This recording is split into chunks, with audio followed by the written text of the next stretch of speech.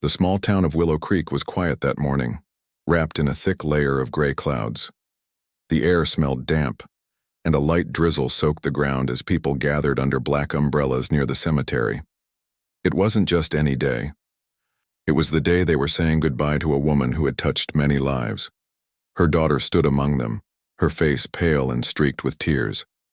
At 17 years old, she looked far younger than her age, fragile and broken by grief. Her name wasn't important right now.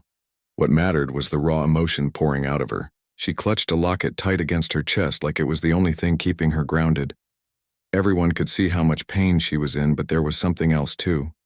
Something sharper, more intense. Fear. Desperation. A refusal to accept what everyone else had already come to terms with, that her mother was gone. People whispered about her behavior. They said she hadn't slept since the hospital called 3 days ago, that she screamed at the doctors when they told her the cause of death, heart failure. "It's impossible," she had shouted over and over again. "My mom was healthy. She wouldn't leave me like this." No one knew what to say to calm her down. Some tried comforting words, others offered hugs, but nothing worked. She was convinced deep in her heart that her mom wasn't really dead. As the ceremony began, the crowd fell silent. The priest spoke softly, his voice barely audible over the patter of raindrops hitting the umbrellas. Words like, "Rest in peace," floated through the air, but none of it reached her ears. All she could think about was the coffin sitting on, the grassy mound, waiting to be lowered into the cold, dark earth. Every second felt heavier than the last until finally, she couldn't take it anymore. When the pallbearers started moving toward the grave, she snapped. Breaking free from her uncle's grip, she ran forward, her feet slipping slightly on the wet grass. "Stop!" she yelled, her voice cracking with desperation. "Don't bury her, please!" Everyone froze, watching in stunned silence as she threw herself onto the coffin, pounding on its polished surface with her fists. Tears streamed down her cheeks, mixing with the rainwater. "She's not dead," she sobbed, her voice breaking. "I know my mom. She wouldn't leave me. Don't do this." Her cries echoed across the cemetery, sending chills down the spines of those who heard them. For a moment, no one moved. Then, out of nowhere, a sleek black car pulled up beside the gathering. Its arrival broke the spell, drawing curious glances from the mourners. Who would show up uninvited to a funeral? The door opened slowly, and a man stepped out. He was tall, dressed in an expensive suit, and carried himself with an air of authority. His sharp features and piercing blue eyes made him stand out immediately. This wasn't someone you forgot easily. People murmured among themselves, recognizing him instantly. He was a millionaire, known for his wealth and eccentric ways. But why was he here? Ignoring the stares, he walked straight to the girl, placing a firm yet gentle hand on her shoulder. "Let me see her," he said, his voice calm, but commanding. There was no hesitation in his tone, no room for argument. Despite the chaos around him, he seemed completely in control. For a brief second, the girl hesitated. But then, looking into his eyes, she saw something. A flicker of understanding, maybe even hope. Slowly, she nodded, stepping back from the coffin. The man turned to the undertaker and gave a single nod. "Open it." A wave of protests rippled through the crowd. "What are you doing?" someone shouted. "This is disrespectful," another added. But the millionaire didn't flinch. His expression remained steady, unwavering. He waited patiently as the lid of the coffin was lifted, revealing the body inside. And that's when everything changed. Inside, the coffin lay the girl's mother, her face peaceful and still. But something about her appearance caught everyone's attention. Her skin shimmered faintly under the dim light, almost metallic, and her lips were slightly parted, as if frozen, mid-breath. The millionaire leaned closer, studying her carefully. Then, without warning, he pressed 2 fingers against her neck. "She's alive," he announced, his voice cutting through the stunned silence like a knife. Gasps erupted from the crowd. "That's impossible," someone cried. "The doctors confirmed she was dead." Others shook their heads in disbelief, muttering that this had to be some kind of cruel joke. But the girl didn't care. She lunged forward, grabbing the millionaire's arm. "You're sure?" she asked, her voice trembling. He met her gaze, his expression serious. Yes.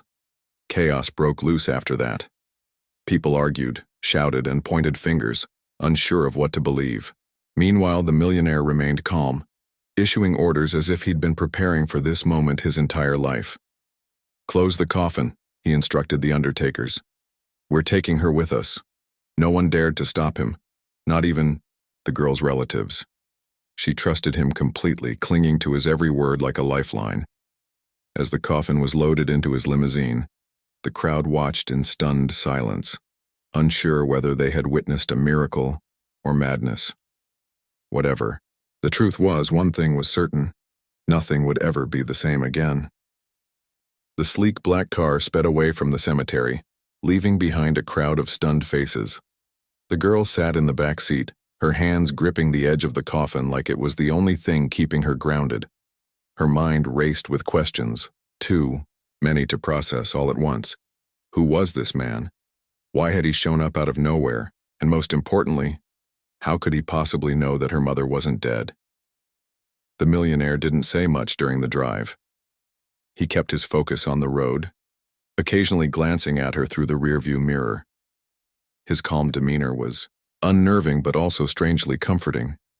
She wanted to scream, to demand answers, but something about him made her hold back. Instead, she stared at the coffin, willing it to open and reveal the truth. They arrived at a sprawling mansion tucked deep within the woods outside town.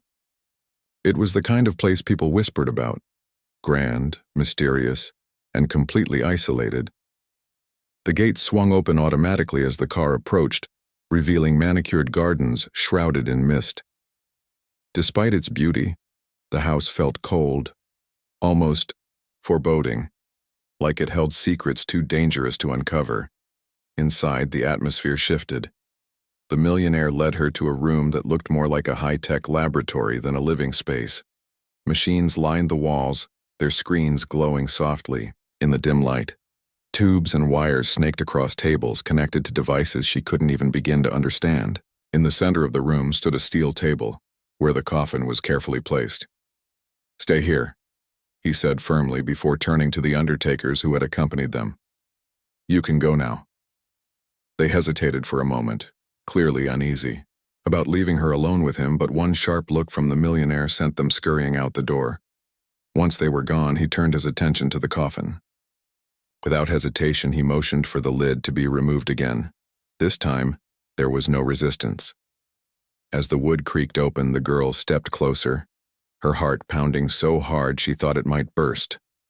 Inside lay her mother, still and silent, her skin shimmering faintly under the artificial lights.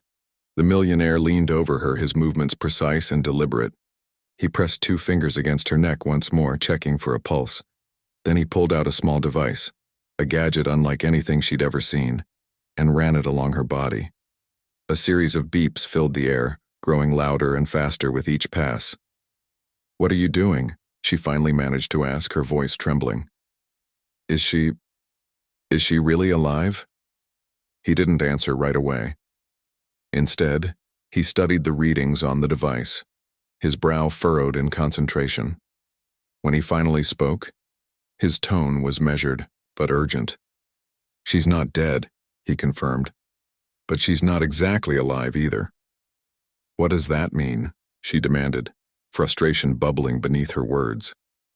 "How can someone not be dead or alive?"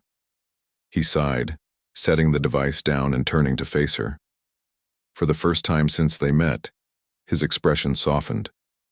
"It means your mother is in a state of suspended animation, a kind of deep freeze designed to preserve life indefinitely.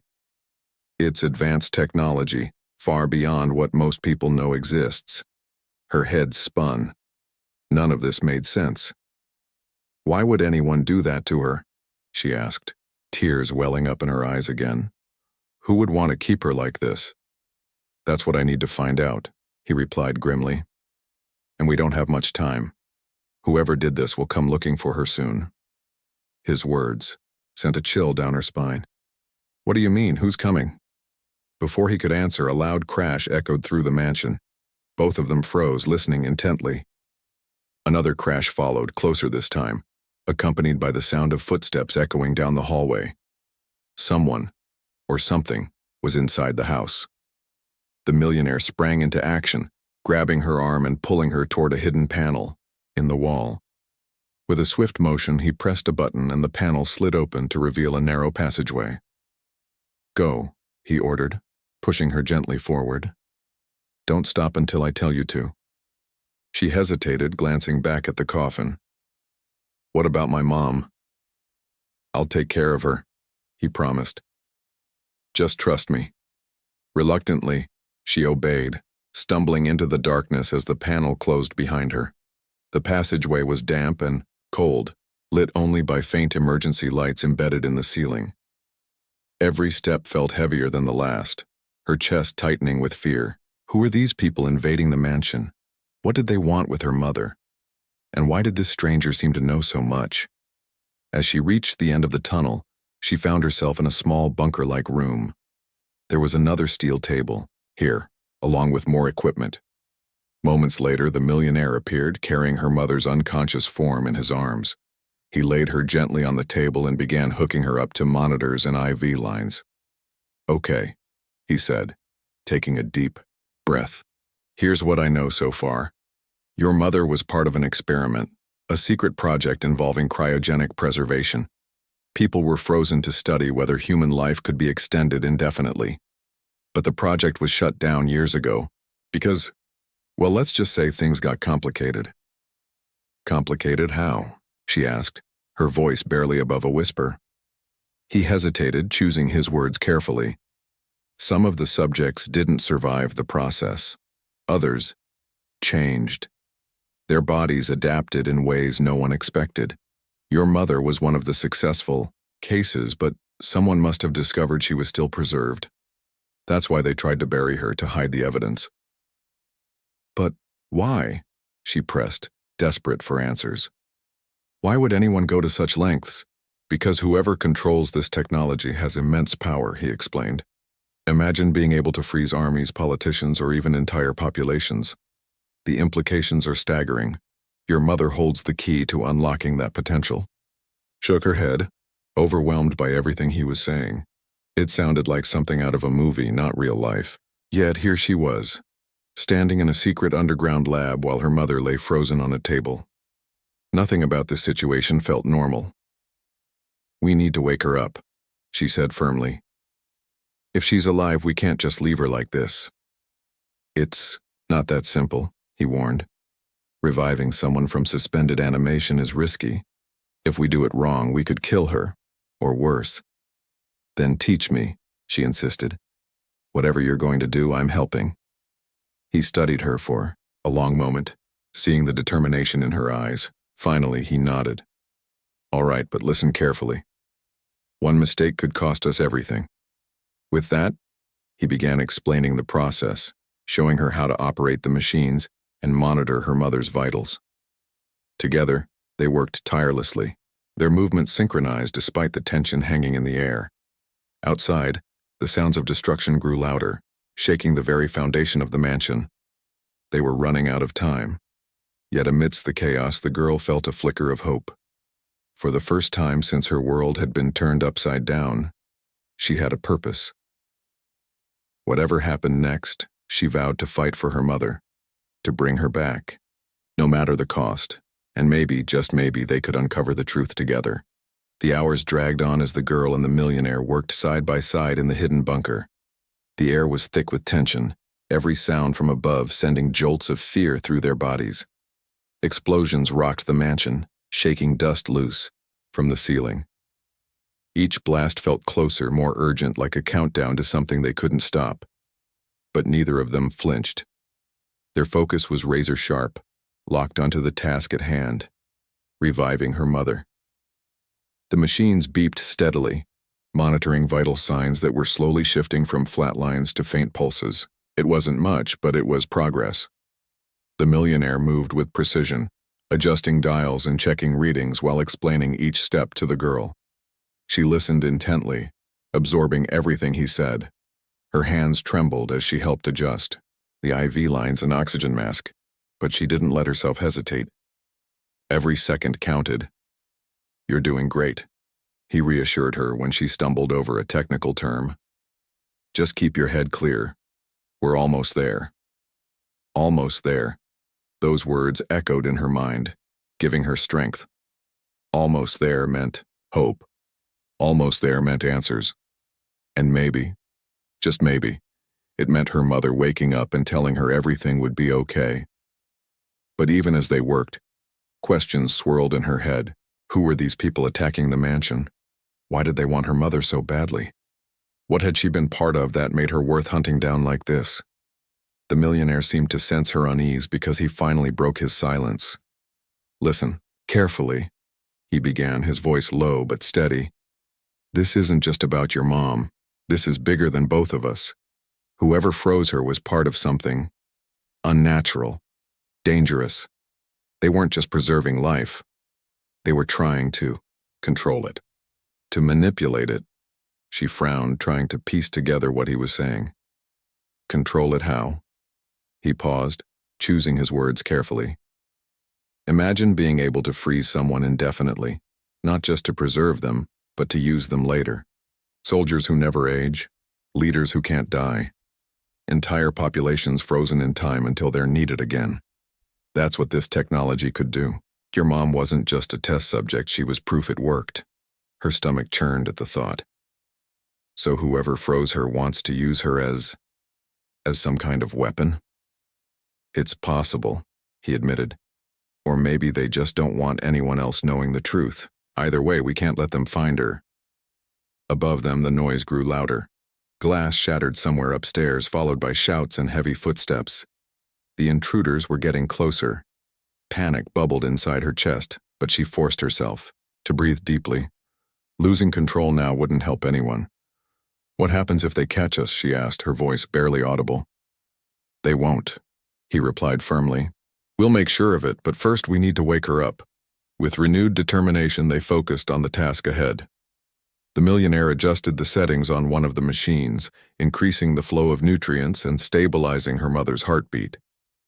He explained that reviving someone from suspended animation required careful timing. If they rushed it, her body might not handle the transition. If they waited too long, though, the intruders would reach them before they could finish. As the minutes ticked by, the girl found herself staring at her mother's face. Even in her frozen state, she looked peaceful, almost serene. Memories flooded back. Lazy afternoons baking cookies together, late-night talks about school or boys or dreams for the future. Her mother had always been her rock, her safe place. Now, looking at her lying motionless on the table, she felt a surge of anger. How dare anyone take her away? How dare they treat her like an experiment? "We're losing power," the millionaire suddenly shouted, snapping her out of her thoughts. Sure enough, the lights flickered overhead and several of the machines sputtered. Above them, the attackers must have cut the electricity to the mansion, leaving only the bunker's backup generators running. "Can we fix it?" she asked, panic creeping into her voice. He shook his head. "Not enough time. We'll have to finish manually." Without wasting another second, he grabbed a handheld device, a portable defibrillator, and instructed her to hold it steady over her mother's chest. "When I say now, press the button. Don't wait, don't hesitate, just do it." She nodded, gripping the device tightly. Her palms were slick with sweat, but she refused to let go. Everything depended on this moment. "Ready?" he asked, his eyes locking onto hers. She swallowed hard and nodded again. "Now." She pressed the button, her heart pounding as a jolt of electricity surged through her mother's body. For a split second, nothing happened. Then, slowly, her chest rose and fell. A breath. Another one. Life returning, fragile but undeniable. "She's breathing," the girl gasped, tears streaming down her face. "She's alive." The millionaire smiled faintly, relief flashing across his face. "Good work. Now step back. Let her come around naturally." They stood there for what felt like an eternity, watching as color returned to her mother's cheeks. Her eyelids fluttered weakly, then opened halfway. Confusion clouded her gaze as she tried to focus on the unfamiliar surroundings. "Where am I?" she croaked, her voice hoarse and strained. The girl rushed to her side, taking her hand. "It's okay, Mom. You're safe. I'm here." Her mother blinked slowly, recognition dawning in her eyes. "Honey, is that you?" "Yes," she whispered, choking back tears. "I'm here. Everything's going to be okay." Before either of them could say anything else, the millionaire stepped forward. His tone was gentle but firm. "We don't have much time. They'll be here any minute. Do you remember what happened to you?" Her mother frowned, struggling to recall. I was in a lab. There were doctors. Tests." Her voice trailed off and her expression darkened. "They did something to me. I don't know what. The last thing I remember is feeling cold. So cold. That's because they froze you," the millionaire explained. "Put you in suspended animation. Someone wanted you preserved or hidden for a reason." Her mother's eyes widened in shock. "Why? What did they want from me?" "That's what we need to figure out," he replied grimly. "But first, we need to get out of here." As if on cue, a loud crash echoed through the bunker. The door, leading to the passageway, burst open, and armed men in black tactical gear stormed in. Their faces were masked, their weapons raised. The girl instinctively stepped in front of her mother, shielding her with her own body. "Stay back," the millionaire barked, stepping between them and the intruders. "You don't want to do this," one of the men sneered. "Stand aside, Reed. You've interfered for the last time." Reed, the millionaire's name. She hadn't known it until now, but it didn't matter. All that mattered was protecting her mother. "I won't let you take her," Reed shot back, his voice icy. "You'll have to kill me first." The standoff lasted only seconds, but it felt like hours. Then, without warning, Reed reached into his pocket and threw something to the ground. A blinding flash erupted, forcing everyone, including the intruders, to shield their eyes. In the chaos, he grabbed the girl's arm and pulled her toward a hidden exit behind a panel in the wall. "This way," he shouted, helping her mother to her feet. Together, they stumbled through the narrow passage, leaving the intruders disoriented and furious behind them. The tunnel led to a secluded forest clearing where a helicopter waited, its blades already spinning. As they climbed aboard, the girl turned to Reed, her voice trembling with gratitude. "Thank you. For everything." He gave her a small nod, his expression unreadable. "Don't thank me yet. We're not out of danger. Not even close." As the helicopter lifted off, the mansion disappeared into the distance, swallowed by trees and shadows. The girl held her mother's hand tightly, vowing silently to protect her no matter what came next. Whatever secrets lay ahead, they would face them together. The helicopter roared through the sky, its blades slicing through the cold night air. Inside, the girl sat huddled close to her mother, holding her hand tightly as if afraid she might disappear again. Her mom was awake now, but still weak. Her voice soft and shaky as she tried to piece together fragmented memories. She looked around at the unfamiliar faces and surroundings, confusion etched across her face. "Where are we going?" she finally asked, her voice trembling. "What's happening?" The millionaire, Reed, turned slightly from his seat near the cockpit. His expression was calm, but there was a weight in his eyes that suggested he carried secrets too heavy for words.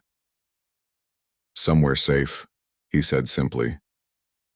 "For now, just focus on resting. You've been through something unimaginable." Her mother nodded faintly, though it was clear she didn't fully understand. Still, she leaned back against the seat, exhaustion overtaking her. The girl stayed by her side, refusing to let go of her hand even for a moment. Every breath her mother took felt like a miracle, every movement proof that she was really here, alive and real. But the questions burned inside the girl's mind. Who were those men who had attacked the mansion? Why did they want her mother so badly? And why did Reed seem to know so much about all of this? She glanced at him, studying his profile as he stared out the window, lost in thought. There was Something about him, a mix of authority and mystery, that made her both trust him completely and wonder what he wasn't telling her. When they landed, it was in a remote location far from the chaos they'd left behind. A small cabin nestled deep within dense woods greeted them, its wooden walls weathered by time but sturdy enough to provide shelter. Reed led them inside quickly, checking every room before nodding toward the couch. Sit, rest. We'll talk, once you're settled. Her mother sank onto the couch with a sigh, her body still fragile after being frozen for who knows how long. The girl stayed close, wrapping a blanket around her shoulders and brushing strands of hair away from her face. For a while, no one spoke. The silence was heavy, filled with unspoken fears and unanswered questions. Finally, Reed broke it. "You deserve answers," he said, pulling up a chair and sitting across from them. His tone was gentle but firm, like a teacher explaining something complicated to a student. "Your mom was part of a secret project, a government experiment gone wrong. They called it Project Phoenix. It wasn't just about freezing people, it was about creating immortality. Or at least, trying to." Her mother frowned, struggling to process what he was saying. "Immortality? That sounds impossible." "It should be," Reed agreed. "But they got closer than anyone realized. They froze test subjects, not just to preserve them, but to see if they could bring them back without damage. Your mom was one of their successes. But when the project was shut down, they decided to dispose of the evidence, including her." The girl felt anger bubbling inside her chest. "So they faked her death? Just buried her alive like trash?" "Not exactly," Reed corrected. "They froze her first. Burial was just insurance, to make sure no one found out the truth." Her mother shook her head slowly, tears welling up in her eyes. "I don't remember agreeing to any of this. I don't even remember signing up for some kind of experiment." "That's because you didn't," Reed said grimly. "From what I've pieced together, they recruited unwilling participants, people who wouldn't ask questions, or couldn't. Scientists, activists, anyone whose disappearance wouldn't raise too many eyebrows. You were taken because you fit the profile." The weight of his words hit them like a punch to the gut. The girl clenched her fists, fighting back tears. All this time she'd thought her mom had died naturally. Instead, she'd been stolen, experimented on, and left for dead. The injustice of it made her sick to her stomach. "But why come after her now?" she demanded. "If they already buried her, why send those men to hunt us down?" Reed hesitated, choosing his words carefully. "Because someone must have discovered she was still preserved. Maybe it was an insider who leaked information. Maybe it was a rival group trying to get ahead. Either way, they knew she was valuable, and they weren't going to let her slip away." Her mother hugged herself, shivering despite the warmth of the blanket. "Valuable how? What do they think I can give them?" "That's the question we need to answer," Reed admitted. "Whatever they froze you for, it wasn't just preservation. They wanted something specific, something only you can unlock." Over the next few hours, Reed worked tirelessly, setting up equipment and running tests to monitor her mother's condition. He explained that waking up from suspended animation was risky, even under controlled conditions. Her body needed time to adjust, to relearn how to function normally. Every beep from the machines, every flicker of data on the screens, was a reminder of how fragile life truly was. Meanwhile, the girl stayed glued to her mother's side, holding her hand and whispering reassurances. "It's okay," she murmured, over and over again. "We're together now. Nothing else matters." Her mother smiled faintly, squeezing her hand. "I'm sorry I scared you," she whispered. "I wish I could explain everything, but I don't even know where to start." "You don't have to," the girl replied fiercely. "We'll figure it out together, no matter what." Reed listened quietly from across the room, his expression unreadable. When he finally spoke, his voice was low but urgent. "There's something else you need to know. Those men who came after us, they won't stop. This isn't just about your mom anymore. It's about exposing the truth. If we don't act fast, more people will suffer the same fate. What do you mean? The girl asked, her heart sinking. I mean, we need to take this fight to them, Reed said firmly. We need to expose Project Phoenix to the world, show everyone what they've been doing. But to do that, we need proof. Her mother frowned, leaning forward slightly. Proof? Like what? Files, documents, anything that proves what happened to you, and others like you, Reed explained. I've been tracking this project for years, gathering intel wherever I could. But I need your help to finish the job. The girl looked at her mother, then back at Reed. What happens if we succeed? What if we expose them? Then maybe no one else has to go through what you two have, Reed said softly. But it won't be easy. They'll come after us, harder than ever. Are you ready for that? Her mother squeezed her daughter's hand, determination flashing in her eyes. If it means stopping them from hurting anyone else, then yes, I'm ready. The girl nodded, her own resolve hardening. Me too. Reed gave them a small smile, the first genuine one she'd seen from him. Good. Because this is just the beginning. As the fire crackled in the hearth and the wind howled outside, the three of them sat together, united by a shared purpose. Whatever dangers lay ahead, they would face them head-on, together. The cabin was quiet except for the crackling fire and the occasional creak of old wood settling in the cold night. Outside, the wind howled through the trees, carrying with it the scent of pine and damp earth. Inside, the three of them sat huddled, around a small table cluttered with papers, laptops, and devices that looked like they belonged in a sci-fi movie. Reed had been working nonstop since they arrived, piecing together fragments of information while the girl's mother rested nearby on the couch. Her mother wasn't fully recovered yet. Her movements were slow, her voice still weak, but she insisted on helping however she could. I don't remember much, she admitted, rubbing her temples as if trying to force memories to surface. But I'll do whatever it takes to stop them. Reed glanced up from his laptop, nodding approvingly. Even small details matter.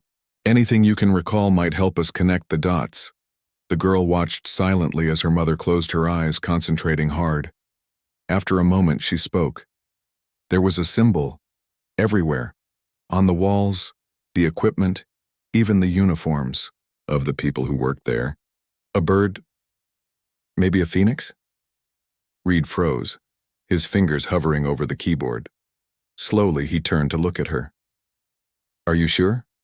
She nodded. Yes, it was golden, like fire. A heavy silence fell over the room. The girl felt it immediately, the shift in energy, the tension tightening like a noose. What does it mean? She asked cautiously. Reed didn't answer right away. Instead, he pulled up an image on his laptop, a logo identical to the one her mother described. Beneath it were words, Phoenix Initiative. This is bigger than we thought, he said grimly. It's not just some rogue experiment. This is a global operation. Powerful people are involved. Her mother's face paled. Global? What does that mean? It means they're not just experimenting on humans. They're planning something far worse. Reed leaned forward, lowering his voice. Think about it. If they've mastered freezing technology, what else have they developed? Weapons? Biological agents? Who knows what they're capable of? The weight of his words settled heavily on all of them. The girl felt a chill crawl up her spine. Up until now, their fight had seemed personal, about saving her mom, protecting their family. But this changed everything. They weren't just fighting for themselves anymore. They were fighting for everyone. As dawn broke over the horizon, Reed outlined their next steps. We need proof, he said firmly. Documents, photos, anything that ties these people to their crimes. Without evidence, no one will believe us. But where do we find it? The girl asked, frustration creeping into her voice. They're not just going to hand it over. They won't, Reed agreed. Which is why we'll have to take it. Her mother frowned, sitting up straighter, despite her exhaustion. Take it? From where? From their facility, Reed replied. I've tracked down one of their labs, an abandoned site outside the city. If we move quickly, we might be able to recover files before they destroy them. The girl exchanged a worried glance with her mother. Breaking into a secret lab sounded insane, even suicidal. But what choice did they have? Sitting around waiting for answers wasn't going to save anyone. When do we leave? Her mother asked quietly. Tonight, Reed said. We'll use the cover of darkness. It's risky, but it's our best shot. By sunset, they were ready. Reed handed each of them a small earpiece and a flashlight. Stay close, he instructed. And if anything goes wrong, stick to the plan, get out alive no matter what. The drive to the facility was tense, the kind of quiet that pressed against your ears and made your chest ache. The moon hung low in the sky, casting long shadows across the deserted road. When they finally reached the lab, it looked like something out of a horror movie, an old crumbling building surrounded by barbed wire and warning signs. The air smelled metallic, sharp and unnatural. This is it, Reed whispered, as they climbed out of the car. Remember, speed is key. We don't have much time. Inside, the lab was eerily silent. Rows of empty tanks lined the walls, their glass fogged and cracked. Papers littered the floor, torn and scattered, as though someone had tried to erase every trace of what happened here. The girl followed closely behind Reed, her flashlight beam trembling slightly as she scanned the area. There, her mother suddenly exclaimed, pointing to a locked cabinet in the corner. That symbol, it's on the door.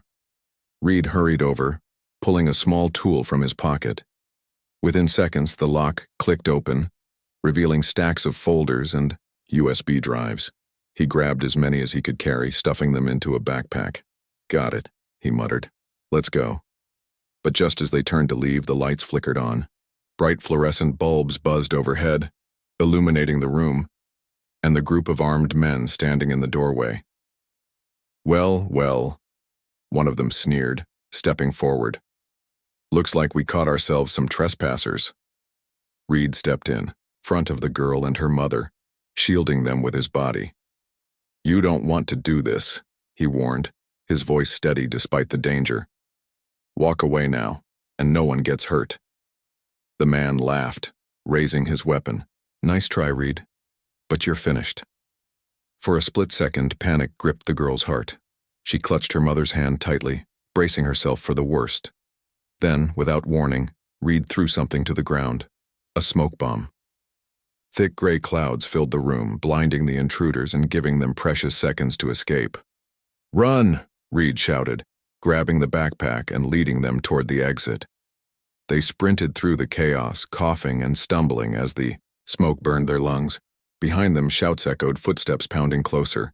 When they finally burst outside, the cold night air hit them like a slap. Reed shoved the keys into the girl's hands. Drive, he ordered, shoving her mother into the back seat. I'll hold them off. No, the girl protested, tears streaming down her face. We're not leaving you. You don't have a choice, Reed snapped, his voice breaking for the first time. Get her out of here. That's an order. Reluctantly, she climbed into the driver's seat, slamming the door shut as bullets ricocheted off the car. Her mother screamed, ducking low in the back seat as the girl floored the gas pedal. Tires screeched against gravel as they sped away, leaving Reed behind. Through the rearview mirror, she saw him standing alone in the middle of the road, facing the gunmen head-on. His silhouette grew smaller and smaller until it disappeared entirely. Tears blurred her vision, but she forced herself to focus on the road ahead. Whatever happened next, she vowed to honor his sacrifice, to make sure his bravery wasn't in vain. Back at the cabin, they pored over the stolen files, uncovering horrifying truths about Phoenix Initiative, experiments on unwilling participants, plans to weaponize freezing technology, lists of names, people taken, used, discarded. Each revelation made the girl's blood boil, fueling her determination to expose the truth. We'll share this with the world, her mother said firmly, her voice stronger now. No matter what it takes. The girl nodded, gripping her mother's hand tightly. Together they would fight, not just for justice, but for hope. Because even in the darkest moments, they knew one thing for certain: the truth always finds a way to shine. The cabin was dimly lit, the only source of light coming from a single lamp on the wooden table.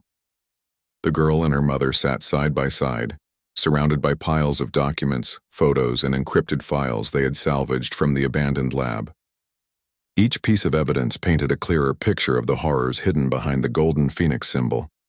As they sifted through the materials, the weight of what they were uncovering grew heavier with every passing moment. Her mother stared at a photograph of a group of people in white coats standing in front of rows of tanks filled with frozen bodies. Her hands trembled as she traced the faces in the image. "These are the ones who did this to us," she whispered, her voice thick with emotion. "They treated us like experiments, like we weren't even human."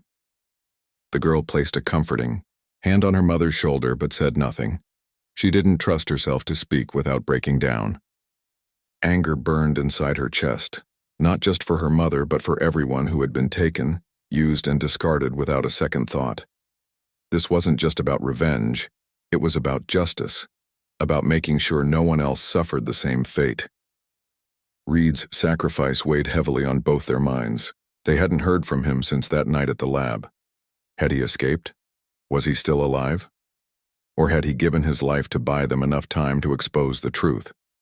Neither of them wanted to consider the worst-case scenario, so they focused instead on what they could control, getting the information out into the world. "We need to upload this," the girl finally said, breaking the silence. "If we put it online, people will see it. Journalists, activists, anyone who can help spread the word." Her mother nodded, though worry flickered in her eyes. "But won't they come after us if we do that? If they find out we're the ones exposing them?" "They'll come after us anyway," the girl replied firmly. "At least this way we'll have done something worthwhile, something brave." Her mother smiled faintly, pride shining in her gaze. "You've grown up so much these past few days. I'm sorry you had to go through all this." "It's not your fault," the girl said quickly. "None of this is your fault, and we're going to make sure everyone knows that." With renewed determination, they turned their attention back to the task at hand. Reed had left them with instructions on how to encrypt the files and upload them securely, a final gift before disappearing into the unknown. Using his laptop, they began transferring the data onto an external drive, then uploaded it to multiple platforms under anonymous accounts. Every keystroke felt like a step closer to freedom, but also a step further into danger. As the upload progressed, the girl glanced nervously toward the window. Shadows danced across the glass, cast by the swaying branches outside. She couldn't shake the feeling that they were being watched, but there was no turning back now. Once the files hit the internet, the truth would be out there, forever. Hours later, the deed was done. The files were live, spreading rapidly across social media and news outlets. Screenshots of documents, images of frozen subjects, and detailed reports about Phoenix Initiative flooded timelines worldwide. Hashtags like Chaucer Expose the Truth and Free Scandal trended within minutes, sparking outrage and disbelief among millions. Back at the cabin, the girl and her mother watched as videos and articles popped up on Reed's laptop. Reporters scrambled to verify the claims, while whistleblowers came forward with additional evidence. It was working. Their plan was actually working. But the relief was short-lived. Outside, the sound of engines roared in the distance, growing louder with each passing second. Headlights pierced through the trees, illuminating the cabin like spotlights. The girl's heart sank. They had found them. "Quick," her mother urged, grabbing the backpack containing the remaining files. "We need to hide." They scrambled to gather their belongings, stuffing papers and devices into bags as the vehicles screeched to a halt outside. Boots crunched against gravel, followed by voices shouting orders. There was no time to think, only act. The girl grabbed her mother's hand and pulled her toward a trapdoor beneath the rug. Reed had shown them the hidden passage earlier, explaining it led to a network of tunnels that snaked through the forest. "Go," she whispered urgently. "I'll hold them off." "No," her mother protested, tears streaming down her face. "I'm not leaving you. You have to, the girl insisted, pushing her toward the opening. Take the files and run. Promise me you'll keep fighting. Her mother hesitated, torn between fear and duty. Finally, she nodded, clutching the backpack tightly. I promise, she choked out. Be careful. With that, she disappeared into the darkness below, leaving the girl alone to face whatever came next. The door burst open moments later, splintering wood flying everywhere. Armed men stormed in, weapons drawn, shouting commands. The girl stood, in the center of the room, her hands raised but her chin held high. She refused to cower even as they surrounded her. Where is she? One of them demanded, stepping forward. His voice was cold, devoid of humanity. She's gone, the girl replied calmly. And you'll never find her, the man sneered, raising his weapon. You don't know who you're messing with. Yes, I do, she shot back, her voice steady despite the fear coursing through her veins. And I'm not afraid of you. For a brief moment, silence hung in the air. Then, without warning, another figure appeared in the doorway. Tall, commanding, and unmistakable. It was Reed. He looked battered, his clothes torn and bloodied, but his presence was as imposing as ever. Looking for someone? He asked, his tone dripping with sarcasm. In his hand, he held a small device, a remote detonator. If I were you, I'd back off. The intruders froze, uncertainty flashing across their faces. One of them laughed nervously. You wouldn't dare. Try me, Reed countered, pressing the button. A deafening explosion rocked the area outside, sending flames shooting into the sky. The distraction was enough for him to grab the girl and pull her toward the trapdoor. Let's go, he shouted, helping her climb down into the tunnel. Together they raced through the narrow passageways, the sound of pursuit fading behind them. When they emerged into the forest, her mother was waiting, tears streaming down her face as she hugged her daughter tightly. I thought I'd lost you, she sobbed. You'll never lose me, the girl replied, holding her just as fiercely. We're in this together, remember? Reed stood nearby, leaning against a tree. Despite everything, he managed a small smile. You two are stronger than I gave you credit for, he admitted. The truth is out there now. The rest is up to the world. The girl looked at him, gratitude swelling in her chest. Thank you for everything. He nodded, his expression unreadable. Stay safe, both of you. With that, he turned and disappeared into the shadows, leaving them alone once more. In the days that followed, the fallout from the leaked files dominated headlines. Governments launched investigations, protests erupted worldwide, and survivors of Phoenix Initiative began coming forward with their own stories. Slowly, but surely, the walls surrounding the conspiracy began to crumble. The girl and her mother went into hiding, starting new lives under new identities, but they carried the memories of what they had endured, and the knowledge that they had made a difference. Together they vowed to keep fighting, to honor those who couldn't fight for themselves, because sometimes courage isn't about having no fear. It's about facing your fears head on, knowing that the truth is worth every risk, and in the end, that's exactly what they did.